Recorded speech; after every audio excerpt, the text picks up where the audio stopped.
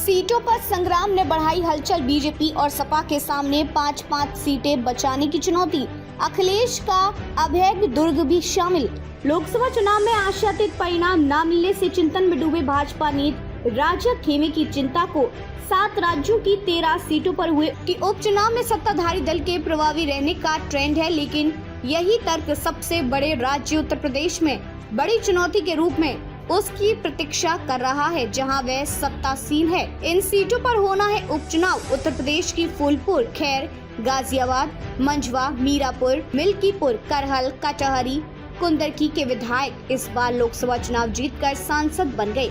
ये 9 सीटें इस तरह रिक्त हुई और 10वीं सीट सीसामऊ सपा विधायक इरफान सोलंकी की आपराधिक मुकदमे में सदस्यता रद्द होने के कारण खाली हुई है। लोकसभा में सपा का अच्छा प्रदर्शन। इस सीटों पर उपचुनाव की अभी घोषणा नहीं हुई है, लेकिन इसके लिए तैयारियां मुख्य विपक्षी सपा के साथ ही भाजपा ने शुरू कर दी है।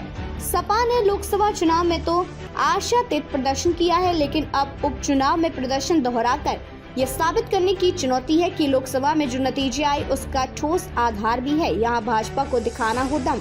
अयोध्या की भूमि पर भाजपा को परास्त करने वाले अवधेश प्रसाद की सीट पर भाजपा को अपना बल दिखाना पड़ेगा। वहीं कानपुर की सीसामऊ सीट की बात करें तो 3 बार से सपा के इरफान सोलंकी यहाँ विधायक थे।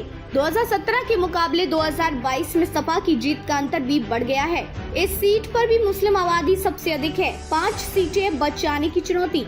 यहाँ अतिरिक्त सीटें पाने की भाजपा की संभावनाएं फिलहाल सीमित दिखती हैं, लेकिन अपने खेमे की 5 सीटें बचाने की चुनौती जरूर उसके सामने है। इनमें से प्रयागराज की फूलपुर, अलीगढ़ की खैर और गाजियाबाद सीट पर भाजपा के लिए लड़ाई थोड़ी आसान होगी, लेकिन मुजफ्फरनगर की मीरापुर सीट इतनी आसान नहीं। भाजपा और निषाद पार्टी का समीकरण। पिछली बार इस सीट से रालोद के चंदन चौहान जीते थे, तब रालोद सपा का गठबंधन था। इस सीट पर सपा का भी अच्छा प्रभाव रहा है। लोकसभा चुनाव में भाजपा मुजफ्फरनगर सीट हारी थी, ऐसे में ये चुनौती है। इसी तरह मिर्जापुर की मंझवा सीट पर निषाद पार्टी जीती थी। यहाँ भाजपा और निषाद पार्टी को सामाजिक समीकरण साधने होंगे। विधानसभा चुनाव के लिए महत्वपूर्ण है उपचुनाव। भाजपा के एक प्रदेश पदाधिकारी कहती हैं कि अभी चुनाव होने में समय है। संगठन के चुनाव के जरिए जातीय समीकरण को दुरुस्त करने का अवसर पार्टी के पास है। साथ ही नाराज निष्क्रिय कार्यकर्ताओं को फिर साथ लाने का समय है। हालांकि वे मानते हैं कि इन सीटों के परिणाम